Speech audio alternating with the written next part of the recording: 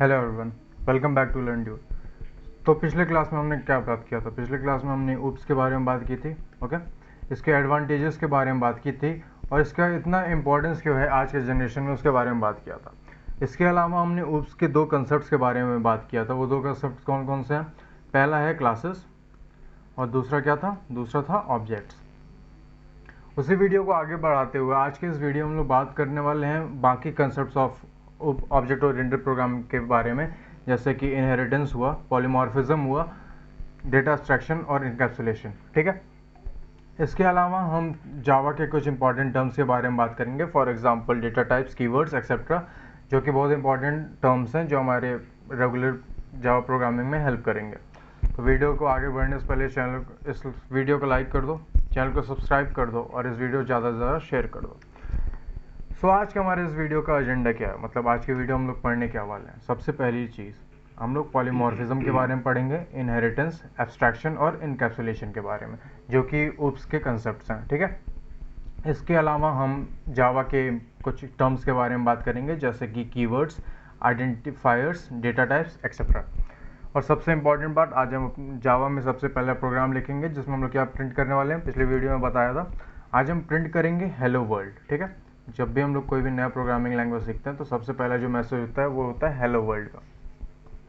कुछ लोगों का होता है कि उन्हें कमांड लाइन पे भी प्रोग्राम बनाना होता है, तो इस वीडियो में एक इंट्रोडक्शन दे दिया जाएगा कि कैसे command line, for example CMD पे हम जावा प्रोग्राम्स बना सकते हैं। इतनी बातें क्लियर होंगी? ठीक है, तो स्टार्ट करते हैं सबसे पहले टॉपिक पॉलीमॉर्फिज्म के साथ। तो पॉलीमॉर्फिज्म एक्चुअली ये होता है क्या? अगर हम इसको दो पार्ट्स में डिवाइड करें तो ये दो वर्ड्स से बनता है, जो कि ग्रीक वर्ड्स हैं। सबसे पहला पॉली और दूसरा है मॉर्फ्स।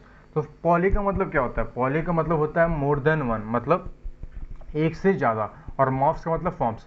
तो पॉलीमॉर्फिज्म उन चीज़ों को कंस्टिट्यूट करता है जो एक से ज़्यादा फॉर्म में एग्जिस्ट करते हैं। ठीक है, तो पॉलीमॉर्फिज्म ये इतना इंपॉर्टेंट कंसेप्ट क्या है ऑब्जेक्ट ओरिएंटेड प्रोग्रामिंग में, क्योंकि ये किसी एक सिंगल एक्शन को डिफरेंट वेज में परफॉर्म करने में हेल्प कर सकता है। ठीक है, अब पॉलीमॉर्फिज्म जावा में दो टाइप्स होते हैं। सबसे पहला जो पॉलीमॉर्फिज्म होता है वो होता है ओवरलोडिंग, जो उसको हम लोग कंपाइल टाइम पॉलीमॉर्फिज्म भी कहते हैं। ठीक है, और दूसरा होता है रन टाइम पॉलीमॉर्फिज्म, जो कि ओवरराइडिंग होता है।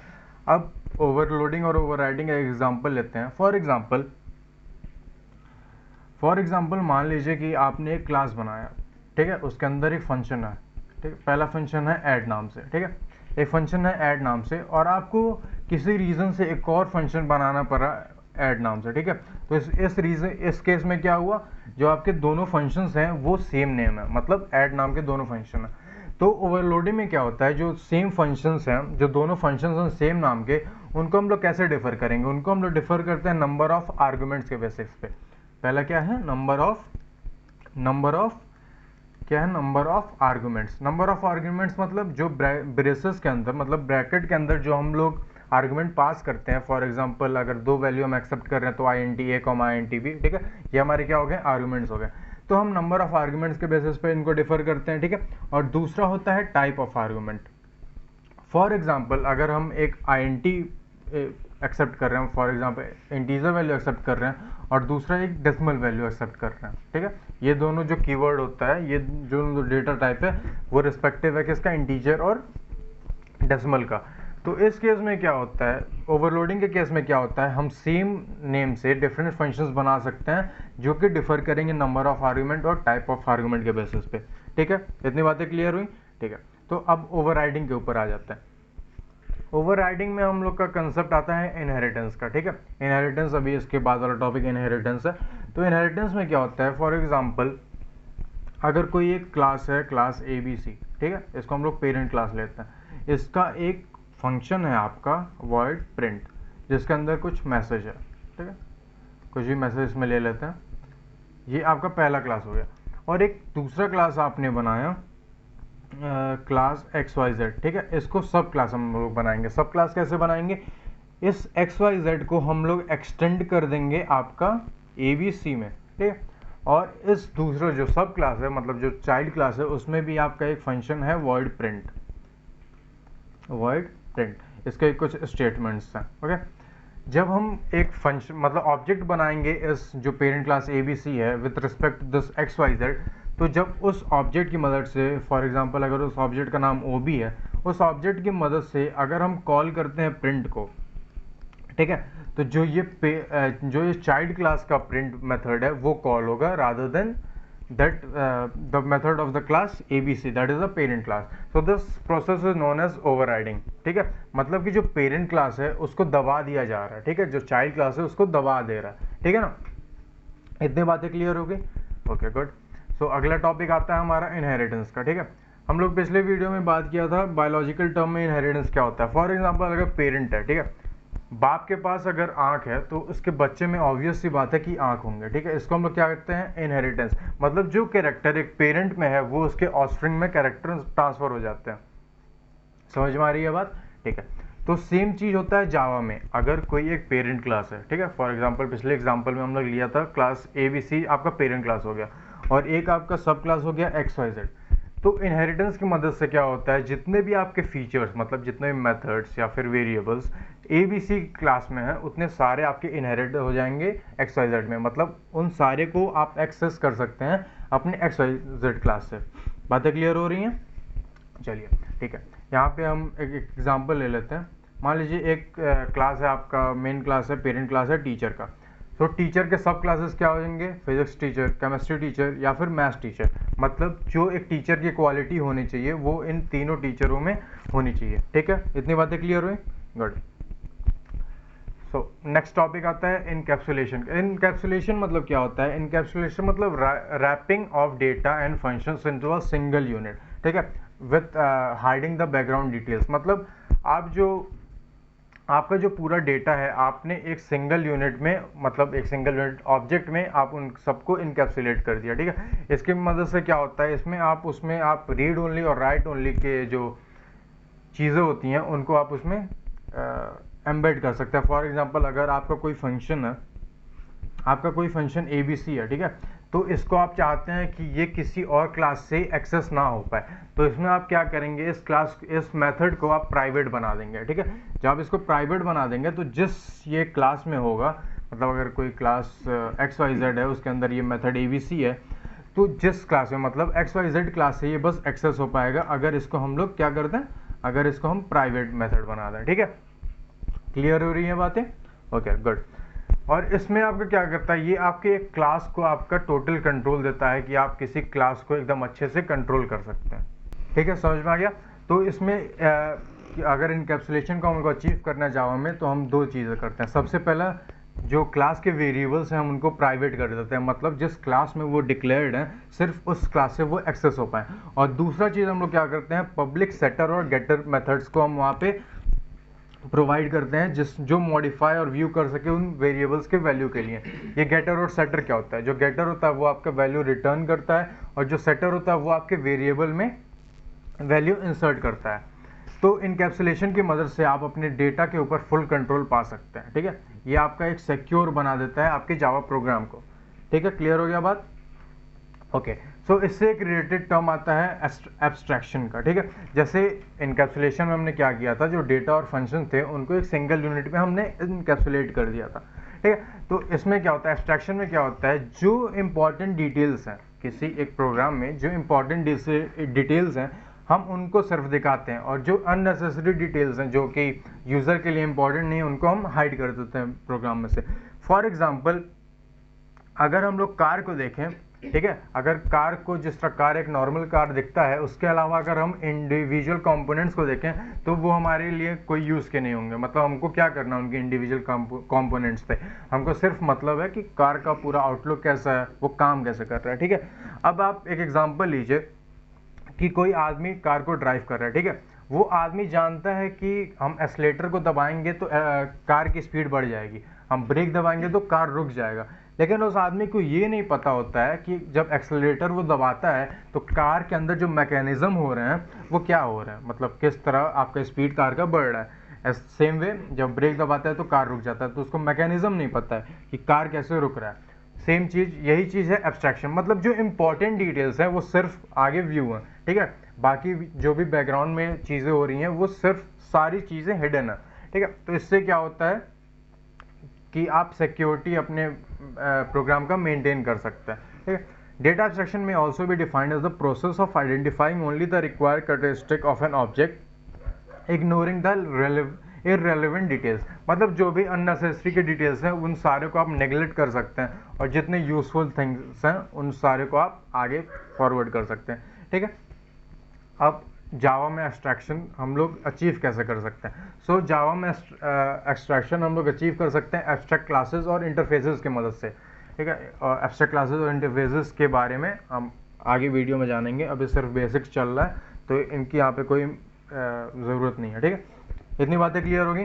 तो ये आपके चार जो थे वो आपके चार जो ऊप्स के इंपॉर्टेंट कंसेप्ट होते हैं वो ये चार कंसेप्ट थे, ठीक है। इसमें कोई प्रॉब्लम नहीं आना चाहिए। अगर कोई भी डाउट है तो आप कमेंट कर दें डाउट को और हम उसको क्लियर करेंगे, ओके। सो ऊप्स से हटके अब हम जावा के ऊपर आते हैं। अब जावा के कोई इंपॉर्टेंट टर्म्स हैं जो हमें जब भी हम जावा के प्रोग्राम्स लिखेंगे तो उस समय हमको याद रखने होंगे। तो वो टर्म्स क्या क्या हैं? यहाँ पे कुछ 5 टर्म्स मेंशन्ड हैं, ठीक है। ये कुछ इंपॉर्टेंट टर्म्स हैं। सबसे पहला है कीवर्ड्स, ठीक। उसके बाद आइडेंटिफायर्स, फिर वेरिएबल्स, डेटा टाइप्स और लिटरल्स। एक एक करके हम पांचों के बारे में जानेंगे। तो सबसे पहले स्टार्ट करते हैं हम कीवर्ड्स के साथ। तो कीवर्ड्स क्या होते हैं? Keywords are reserved word in Java that have some special meaning, ठीक है। तो फॉर एग्जांपल मान लीजिए कि आपने कोई कंपनी रजिस्टर किया, ठीक है। मान लीजिए कोई भी कंपनी है, फॉर एग्जांपल ले लेते हैं गूगल। तो एक गूगल एक रिकग्नाइज्ड कंपनी है, ठीक है। उसका एक यूनिक आइडेंटिटी है कि हाँ गूगल एक मल्टीनेशनल कंपनी है जो सॉफ्टवेयर, फोन्स या ऐसी चीज़ों से डील करती है। तो उस कंपनी ने अपने लिए ट्रेडमार्क ले रखा है, ठीक है। तो उससे क्या होगा, कोई दूसरा आदमी उस नाम को ले नहीं सकता। तो सेम चीज़ है आपका जावा में। जो जावा में कीवर्ड्स होते हैं वो एक स्पेशल मीनिंग होती है उनके, मतलब वो रिजर्व्ड होते हैं कि अगर आप इस कीवर्ड को यहाँ पे यूज़ करेंगे तो उसका काम ये होगा, ठीक है। उसके अलावा वो कहीं यूज़ नहीं हो सकता। अगर आप कोई क्लास को नेम देना चाहते हैं उस कीवर्ड की हेल्प से तो वो नहीं हो सकता। इतनी बातें क्लियर हुई। एग्जाम्पल देख लेते हैं कि जावा के कीवर्ड्स के एग्जाम्पल क्या है। सबसे पहले INT, जो ये आपका INT है वो इंटीजर वैल्यू को एक्सेप्ट करने के लिए होता है, ठीक है। फिर बाइट हो गया आपका। बाइट आपका जो बिट्स में आपके जो वैल्यू एक्सेप्ट होते हैं वो बाइट्स हो गया। फिर कैर से आपका कैरेक्टर वैल्यू होता है, ठीक है। कंटिन्यू आपका वो ब्रेक के साथ कंटिन्यू लगता है।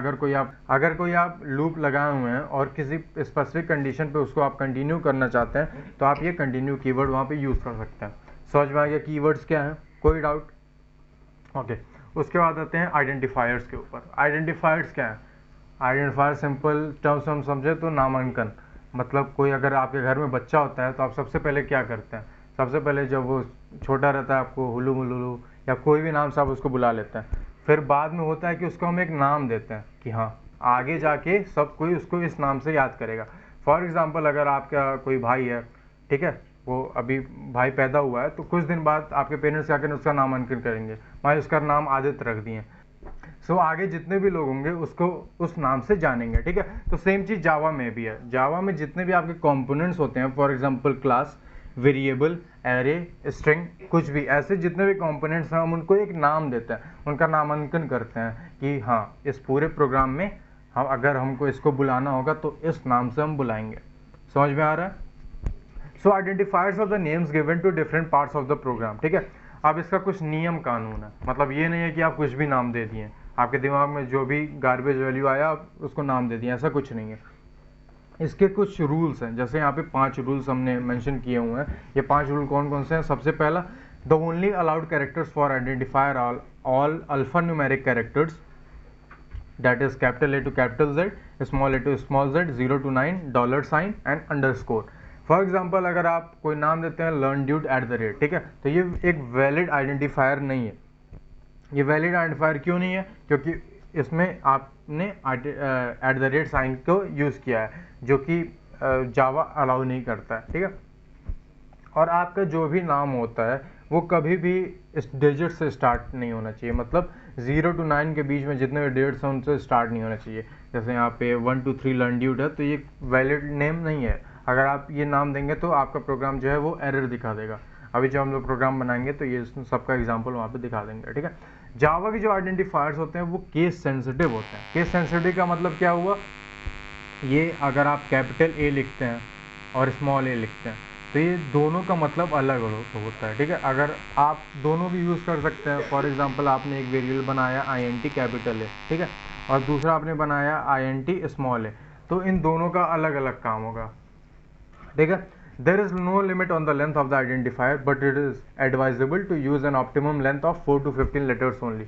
ये एडवाइजेबल है इसलिए है क्योंकि आप अगर छोटा नाम रखेंगे तो आपको भी याद करने में आसानी होगी, आप इजीली उसको कहीं भी अगर यूज़ करना चाहते हैं तो आप इजीली उसे टाइप कर सकते हैं।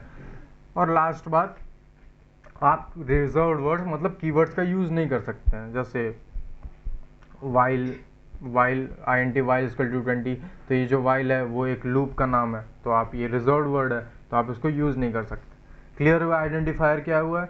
ओके। अगली चीज आती है वेरिएबल।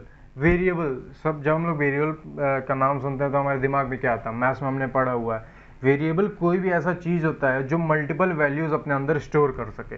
फॉर एग्जांपल मैथ्स में हम लोग लेते हैं ना int, फॉर टीचर बोलता है कि चलो इसको x मान लो, तो हम लोग को इनिशियल वैल्यू x की नहीं पता होती है। जब हम लोग उस क्वेश्चन को सॉल्व करते हैं तो लास्ट में हमें पता चलता है ओ हाँ x की जो वैल्यू है वो 20 है, या फिर x की जो वैल्यू है वो -20 है, ये हमको लास्ट में पता चलता है, ठीक है। तो जावा का जो वेरिएबल होता है वो एक पीस ऑफ मेमोरी होता है जो डेटा वैल्यू को स्टोर कर लेता है, ठीक है। मान लीजिए आपको अगर किसी का एज स्टोर करना है तो आपने एक वेरिएबल बनाया एज नाम से, ठीक है, उसका int आपका टाइप हो गया, तो एज में आपने स्टोर कर लिया उसकी वैल्यू को, तो इस वैल्यू को आप जहाँ भी यूज़ करना चाहें उसको यूज़ कर सकते हैं, ठीक हुआ, समझ में आ गया। उसके बाद हमको सबसे पहले अगर हम यूज़ करते हैं जावा में किसी वेरिएबल को, तो सबसे इंपॉर्टेंट चीज़ होती है हम उसको डिक्लेयर करें। डिक्लेयर कर रहे हैं मतलब जावा को हम बता दें कि हाँ भाई हम तुम्हारे अंदर एक नया वेरिएबल ला रहे हैं, अगर हम इसको कहीं भी यूज़ करें तुम याद रखना कि हाँ ये तुम्हारा वेरिएबल है, हम कहीं बाहर से नहीं लाए, ठीक है। तो उसका जो स्टैंडर्ड फॉर्म होता है वो क्या होता है, सबसे पहले डेटा टाइप। डेटा टाइप आप डिफाइन करेंगे कि किस टाइप का डेटा वो स्टोर करने वाला है, फिर उस वेरिएबल को आप एक नाम देंगे, कुछ भी नाम दे सकते हैं, हाँ एक्सेप्ट कोई वो कीवर्ड ना हो, ठीक है। और बाकी जो आइडेंटिफायर में हमने जो रूल्स देखे हैं उस रूल्स से बाइंड होके हम कोई भी नाम इनको दे सकते हैं, समझ में आ गया। अब अगला चीज़ आता है डेटा टाइप। डेटा टाइप क्या होता है, क्योंकि डेटा टाइप होता है कि किसी भी अगर कोई वेरिएबल है तो उसमें हम किस तरह के वैल्यू स्टोर कर सकते हैं वो हमारे डिफाइन करता है डेटा टाइप। फॉर एग्जांपल मान लीजिए शर्मा जी का घर है, तो शर्मा जी ने बोला हुआ है कि हमारे घर में सिर्फ मेरे जो फैमिली मेम्बर्स हैं वो सिर्फ आ सकते हैं। क्यों आ सकते हैं, क्योंकि कोरोना का टाइम चल रहा है भैया, कोरोना में अगर कोई बाहर से आएगा तो हमारे फैमिली मेम्बर्स को कोरोना हो जाएगा, तो शर्मा जी ने एक रिस्ट्रिक्शन लगा दिया है कि उनके घर में सिर्फ उनके फैमिली मेम्बर्स जाएंगे। अगर मान लीजिए हम या आप उनके घर में जाएंगे तो आपको मार के भगा देंगे, ठीक है। तो यही चीज़ होता है डेटा टाइप में। जावा के जो डेटा टाइप्स होते हैं वो सिर्फ जिस वैल्यू को एक्सेप्ट करने के लिए हम उनको डिफाइन करते हैं, सिर्फ उस तरह के वैल्यू वो एक्सेप्ट कर सकते हैं। फॉर एग्जांपल अगर हमने इंटीजर वैल्यू कोई एक हमने डिफाइन किया हुआ है किसी वेरिएबल को int a, ठीक है, तो इस जो a जो वेरिएबल है उसमें हम सिर्फ इंटीजर वैल्यू डाल सकते हैं, मतलब -1 -2 -3 1 2 3 ऐसे कुछ इंटीजर्स वैल्यू। अगर हम उसमें कोई डेसिमल वैल्यू डालने जाएंगे तो वहाँ पे हमको क्या आता है, वहाँ पे हमको एरर दिखाएगा। बातें क्लियर हो रही हैं, कोई डाउट नहीं होना चाहिए, ठीक है। अब डेटा टाइप दो तरह के होते हैं, सबसे पहले प्रिमिटिव डेटा टाइप और दूसरा होता है नॉन प्रिमिटिव डेटा टाइप। सो प्रिमिटिव डेटा टाइप क्या होता है, प्रिमिटिव डेटा टाइप का जो साइज होता है वो पहले से डिफाइंड होता है, मतलब प्रिमिटिव मतलब पुराने ज़माने का, मतलब प्रिमिटिव आप बोल सकते हैं जो पहले से हो, ठीक है, मतलब जावा में ये पहले से हैं, इनका साइज डिफाइंड है कि हाँ ये जो पर्टिकुलर डेटा टाइप है ये इतने बिट का वैल्यू या इतने बाइट का वैल्यू स्टोर अपने आप अंदर कर सकता है और इस तरह के वैल्यू वो स्टोर कर सकता है, ठीक है। इसके कुछ एग्जांपल्स बाइट हो गए, int हो गया, मतलब इंटीजर के स्टोर करने के लिए डबल हो गया। अब दूसरे तरीके जो होते हैं वो होते हैं नॉन प्रिमिटिव डेटा टाइप, मतलब इनको डिफाइन पहले से नहीं किया जाता है। फॉर एग्जांपल अगर आपने कोई एरे बनाया, ठीक है, तो एरे का आपको पहले से नहीं पता रहता है कि जावा प्रोग्रामर को ये नहीं पता है, जो जावा जो डेवलपर्स हैं उनको ये नहीं पता है कि आपका ये एरे इतने साइज़ का होगा। वो आपका वैल्यू सिर्फ एक वैल्यू भी स्टोर कर सकता है, 1000 वैल्यू भी स्टोर कर सकता है, 100 वैल्यू भी स्टोर कर सकता है। जो उसका साइज़ होता है वो क्या होता है, वो डिफ़र करता है फ्रॉम प्रोग्राम टू प्रोग्राम। सो ये एक वेरिएबल है, मतलब इसका जो है उसका साइज़ हमेशा चेंज होता रहता है। तो ये नॉन प्रिमिटिव डेटा टाइप है, हमेशा जिस प्रोग्राम में आप उसको यूज़ कर सकते हैं उसके अकॉर्डिंग इसकी जो साइज़ होती है वो चेंज होती रहती है। बातें क्लियर हो रही हैं? गुड। और यहाँ पे आप एक टेबल देख रहे होंगे। इस टेबल में क्या है, इस टेबल में डेटा टाइप का नाम दिया गया है, उसका डिफ़ॉल्ट वैल्यू दिया गया है। मान लीजिए आपने बुलियन, एक बुलियन डेटा टाइप लिया और नाम दे दिया आपने ए बी दे दिया, ठीक है, और सेमीकोलन लगा के वहाँ पे छोड़ दिया आपने, उसे कोई इनिशियल वैल्यू नहीं दिया। तो ये क्या करेगा, उसको इनिशियल वैल्यू फॉल्स दे देगा, ठीक है। सेम चीज़ बाकियों के साथ भी होता है। जैसे कैर अगर है तो उसका इनिशियल वैल्यू ये है, बाइट का 0, शॉर्ट का 0, इंट का 0, लॉन्ग का 0 कैपिटल L, फ्लोट का 0.0 F, डबल का 0.0 D। अब यहाँ पे उसके साइज़ हैं, मतलब उसका डिफ़ॉल्ट साइज़ कितना होता है। जैसे बुलियन का 1 बिट होता है, कैर का 2 बाइट होता है, आपका 1 बाइट 8 बिट्स के बराबर होते हैं, मतलब कैर आपका 16 बिट्स लेगा, एंड सो ऑन, ठीक है। समझ में आ गया डेटा टाइप्स क्या होते हैं, कैसे इनको यूज़ किया जाता है प्रोग्राम में, ओके। सो अगली बात आती है लिटरल्स की। अब लिटरल्स क्या होता है? Literals are synthetic representation of boolean, numeric, character और स्ट्रिंग डेटा, ठीक है। अब डिफरेंट टाइप ऑफ लिटरल्स होते हैं, मतलब ये बताते हैं कि किस टाइप का डेटा इस पर्टिकुलर डेटा टाइप या किस पर्टिकुलर वेरिएबल में है। डिफरेंट टाइप्स के लिटरल्स होते हैं। आपका बुलियन लिटरल होता है, integer literal, floating literal, character literal, string literal. Boolean literal आपके दो वैल्यू होते हैं, ट्रू फॉल्स। बुलियन जो लिटरल होते हैं वो दो वैल्यू लेते हैं, true and false. Integer literal जो होते हैं वो कोई भी न्यूमेरिक आपका, मतलब कोई भी इंटीजर वैल्यू हो उसको एक्सेप्ट कर सकता है। फ्लोटिंग पॉइंट लिटरल्स में क्या होते हैं, वो आपकी डेसिमल वैल्यू सिर्फ एक्सेप्ट करेगा। कैरेक्टर लिटरल्स में क्या होता है, वो एक single character which is bound in a silver inverted comma, ये सिर्फ एक सिंगल इन्वर्टेड कॉमा में एक सिंगल कैरेक्टर को एक्सेप्ट कर सकता है, ठीक है। अब स्ट्रिंग लिटरल्स क्या होता है, ये डबल इन्वर्टेड कॉमा में एनक्लोज रहते हैं, ठीक है। इनको डबल इन्वर्टेड कॉमा में आप कोई भी नाम दे सकते हैं। फॉर एग्जांपल हमारे यहाँ पे लिखा हुआ सब्सक्राइब लर्न यूज, तो अभी आपने चैनल को सब्सक्राइब नहीं किया तो आप उसको सब्सक्राइब भी कर सकते हैं, नीचे लाल बटन दिख रहा होगा, ठीक है। तो ये सब इसके लिटरल्स होते हैं, ठीक है। लिटरल्स, ये डिफरेंट टाइप्स ऑफ लिटरल्स होते हैं, ओके। क्लियर हो गई बातें? ठीक है। अब इतनी बातें अगर आपको क्लियर हो गई हैं तो अब हम बढ़ते हैं आज के वीडियो के सबसे लास्ट पार्ट में। हम लोग आज अपना पहला प्रोग्राम देखने वाले थे जावा के ऊपर, जिसमें हम लोग प्रिंट करने वाले हैं हेलो वर्ल्ड। तो हमारे जो टूल्स क्या क्या रिक्वायर्ड है पिछले वीडियो में आपको बताया गया था कि सबसे पहली चीज़ है आप JDK डाउनलोड कर लीजिए, या आप डाउनलोड कर सकते हैं java.com के वेबसाइट से। और दूसरी चीज़ क्या है, आप ब्लूजे डाउनलोड कर लीजिए। ब्लूजे आपका जो IDE है, अगर इसके अलावा आपको कोई और पसंद आ गया, फॉर एग्जाम्पल नेटबीन्स है आपका, या फिर इंटेलिजे है, इसके अलावा ब्लूजे के अलावा आप इन IDE को भी यूज़ में ले सकते हैं, ठीक है। चलिए अब स्टार्ट करते हैं अपना सबसे पहला प्रोग्राम लिखने के टाइम, ओके। यहाँ पे ब्लूजे खोल लेते हैं, ओके। ये हमारा पैकेज है ब्लूजे स्क्रीन पे। यहाँ पे सबसे पहले हम क्लास क्रिएट करेंगे। अब हमने आइडेंटिफायर को नेमिंग करते टाइम हमने कुछ बातें ध्यान में रखी थी, ठीक है। अब हम लोग नेम कैसे करते हैं, उसमें एक पॉइंट था कि आप जो न्यूमेरिक से, मतलब डिजिट से आप स्टार्ट नहीं कर सकते। तो हम लोग देखते हैं कि क्या हम वाकई में डिजिट से स्टार्ट नहीं कर सकते हैं कोई भी नाम। तो इसका हम लोग नाम देते हैं 1 2 3 ABC। तो यहाँ पे आप देख सकते हैं, यहाँ पे आपको एरर दिखा रहा है, not a valid Java class name, ठीक है। क्लियर हुआ कि ये आइडेंटिफायर के जो रूल्स हैं वो वाकई अप्लाई होते हैं किसी भी नेमिंग के लिए, ठीक है। अब एक और था कि आप @ नहीं यूज़ कर सकते, तो हमने एग्जांपल दिया था लर्नड्यूड @ आप नहीं यूज़ कर सकते। तो यहाँ पे आपको देखिए, यहाँ पे एरर आपको दिखा रहा है not a valid Java class name, ठीक है। चलिए अब इन बातों को छोड़िए, अब हम स्टार्ट करते हैं अपने प्रोग्राम के साथ। इस सबसे पहले प्रोग्राम को हम नेम कर देते हैं हेलो से, ठीक है, ओके। ये हमारा यहाँ पे क्लास क्रिएट हो गया। इसको डबल क्लिक करके हम इसको ओपन करेंगे, ये यहाँ पे हमारा जो वर्किंग एरिया है वो आ गया। अब सबसे पहली चीज़ क्या होती है, आप हम क्लास बनाएंगे इस जो आप, मतलब यहाँ पे रिकमेंडेड रहता है कि जो आपने इनिशियली नाम को वहाँ पे यूज़ किया था उस नाम को यहाँ पे डालें। तो हमने क्या डाला था, हेलो। तो यहाँ पे हमने क्लास क्रिएट कर दिया हेलो नाम से। अब दूसरी जो चीज़ होती है वो हमको एक मेथड की ज़रूरत है, क्योंकि जब तक मेथड नहीं रहेगा तब तक हम उस प्रोग्राम को एग्जीक्यूट कैसे करेंगे, मतलब ऑब्जेक्ट किसका बनाएंगे, ठीक है। अब यहाँ पे वॉइड, ठीक है, वॉइड मेन, जो मेन है वो हमारा मेथड नेम है। इसमें हमको कोई आर्गुमेंट की जरूरत नहीं है, क्योंकि हम लोग सिंपल मैसेज प्रिंट करने वाले हैं। ब्रेसेस ओपन करेंगे। ब्रेसेस ओपन जहाँ पे हम लोग करते हैं वो इंडिकेट करता है कि यहाँ से इस चीज़ का स्टार्टिंग हो रहा है, और सेमीकोलन से हर एक चीज़ एंड होता है, ठीक है। अब जो जावा में प्रिंट करने का स्टेटमेंट होता है वो होता है system dot out dot print. ठीक है, यहाँ पे हम लोग क्या प्रिंट करने वाले थे, हेलो वर्ल्ड। स्ट्रिंग लिटरल में हमने क्या बोला था, स्ट्रिंग लिटरल में हमने बोला था कि अगर कोई स्ट्रिंग है तो वो डबल इन्वर्टेड कॉमा में एनक्लोज होना चाहिए। तो जो हेलो वर्ल्ड है वो एक मैसेज है, ठीक है, वो एक स्ट्रिंग है, तो ये डबल इन्वर्टेड कॉमा में एनक्लोज है। और जो यहाँ पे इंस्ट्रक्शन है वो हम लोग सिस्टम को एक इंस्ट्रक्शन दे रहे हैं कि तुम आउटपुट दो, ठीक है, तुम स्क्रीन पे प्रिंट करो हेलो वर्ल्ड। अगर हम लोग प्रिंट की जगह प्रिंट एलन लिख दें तो एलन का मतलब होता है लाइन।